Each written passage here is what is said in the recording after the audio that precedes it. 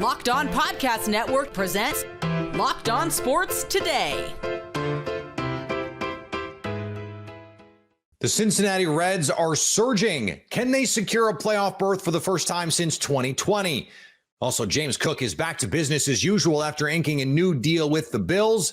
And who's the better fantasy option, Jalen Hurts or Jayden Daniels?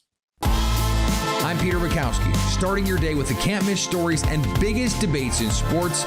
You're Locked On Sports Today. Searching all major sports. Found. Let's start with the biggest story. Don't look now, but the Cincinnati Reds, which you may have left for dead, are in the thick of the NL wildcard race. They blasted the Phils last night 8-0. Jeff Carr from Locked On Reds joins me now. And Jeff, this was a team that was under 500 for the first 2 months of the season, has been hovering around that for a while now, but now sits 6 games above 500 right there in the wild card race with the Mets. What has changed for this team in the second half? Look no further than their manager. This is a Terry Francona special. He knows how to get the best out of his team in the second half of a season. It's amazing to see like the different elements of this team because it's not just one thing. They've pitched well all year. Their hitting has been very mid, and sometimes it's gone away. There's definitely been points where you're just begging them to score just one more run to see if they can get over and get that win. They did that in game 1 of this series where they ended up losing 4-1 because they just refused to bring anybody on base across home plate. And so you wonder a little bit about it, but the second and third game of this series, they combine to outscore the Phillies 14-1.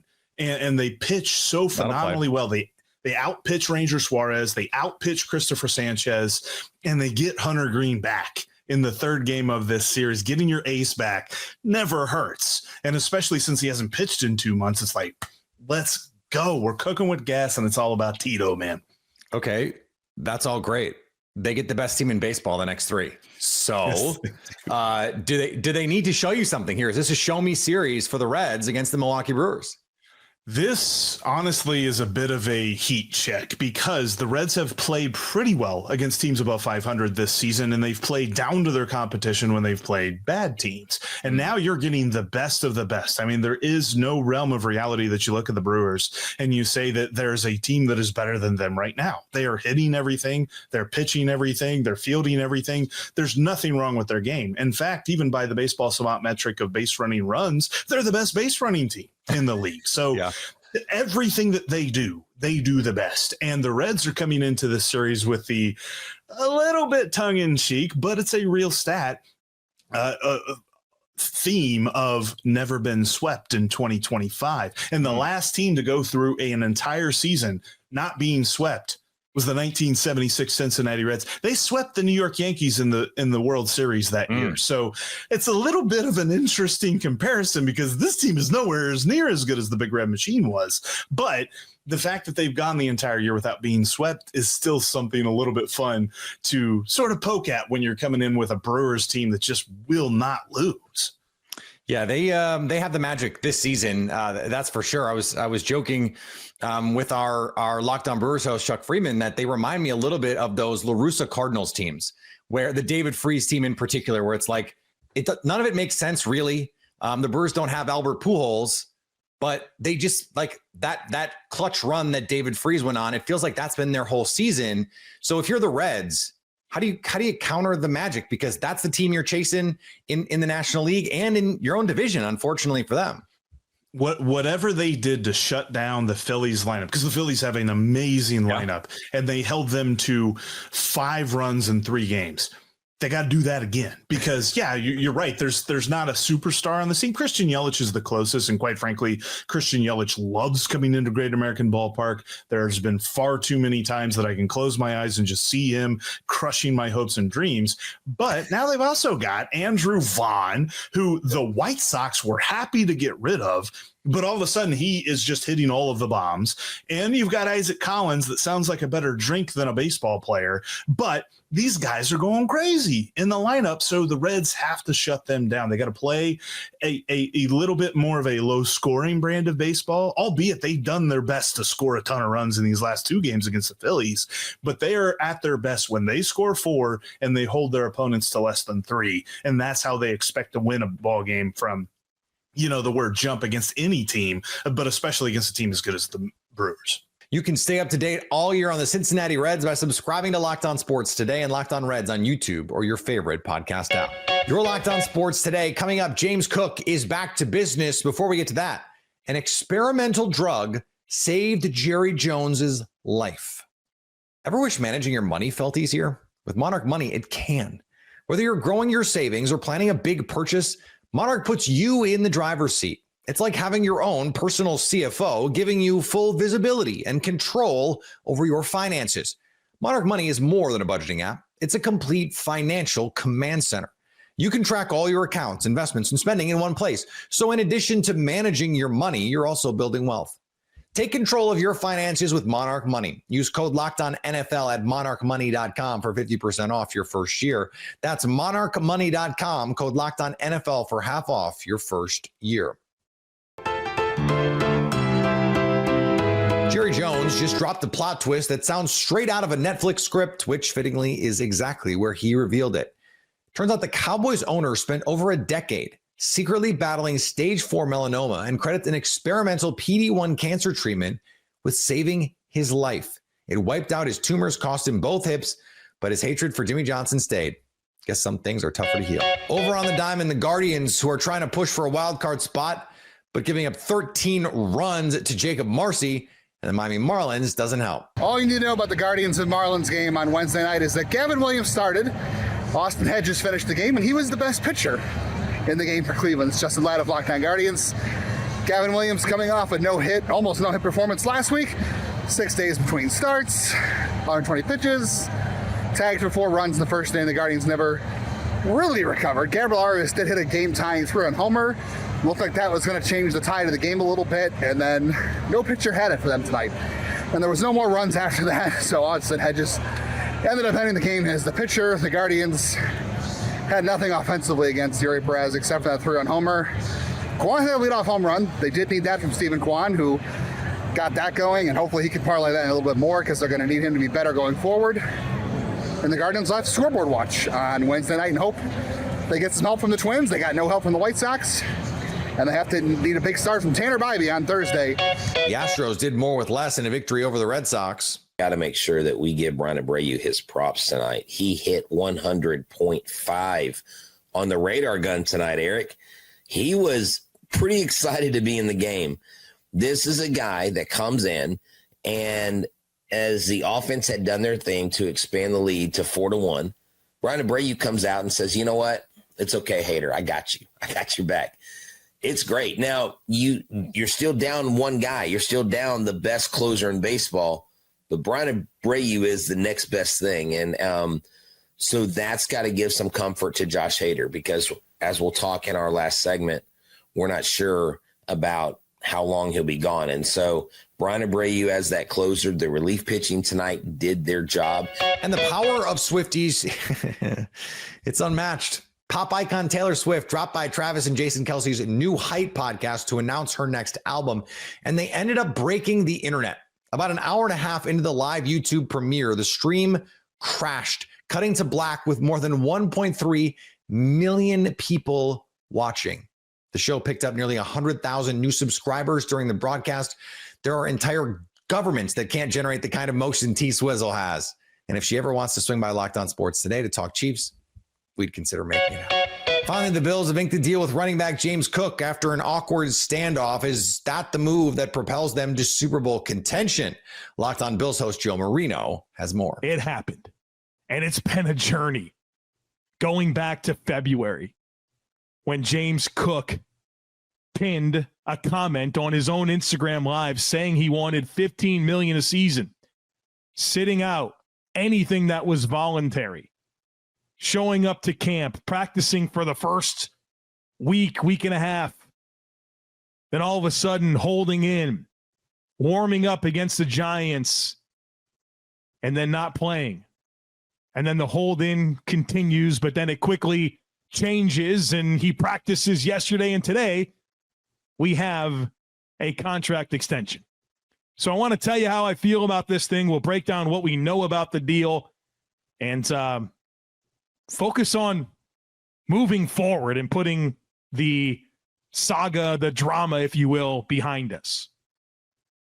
So this deal comes in at $12 million per season average annual salary, which is exactly the amount that I found to be reasonable. That was kind of in my head, even going back to February when we were talking about what's the right number, what's a fair number. That's where we landed. And the talking point that I had was 15 million's just not reasonable. That's not a reasonable number. And James did all he could to get 15. He forced the issue as hard as he could. Shot for the moon. But ultimately, reality prevailed here and a deal got done. So in terms of average annual salary, $12 million, like I said, James Cook, seventh highest paid running back in the NFL, or I guess tied for sixth. Number one is Saquon Barkley at 20.6.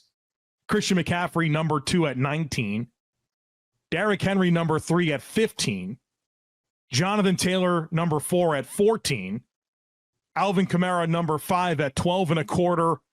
Then you have Josh Jacobs and James Cook at number 6 at $12 million. Now keep in mind, Josh Jacobs' $12 million entering 2024 is not the same as James Cook's $12 million entering 2025 because the cap went up. And then at number 8, you have Aaron Jones and Kyron Williams at $11 million. In terms of APY, it comes in at a reasonable spot. And you know me, I care a lot about percentage of cap at signing. I think that's really important as the cap continues to go up. I mean, it's been over a $50 million increase over the last 2 years. We cannot compare deals that were signed 2 years ago to ones that are signed today when the cap is $50-something million more than it was.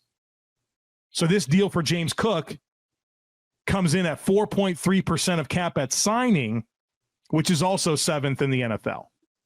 Christian McCaffrey, 7.44% of cap at signing, number one. Saquon Barkley, number two at 7.4. Jonathan Taylor, number three at 6.23. Derrick Henry, number 4 at 5.37.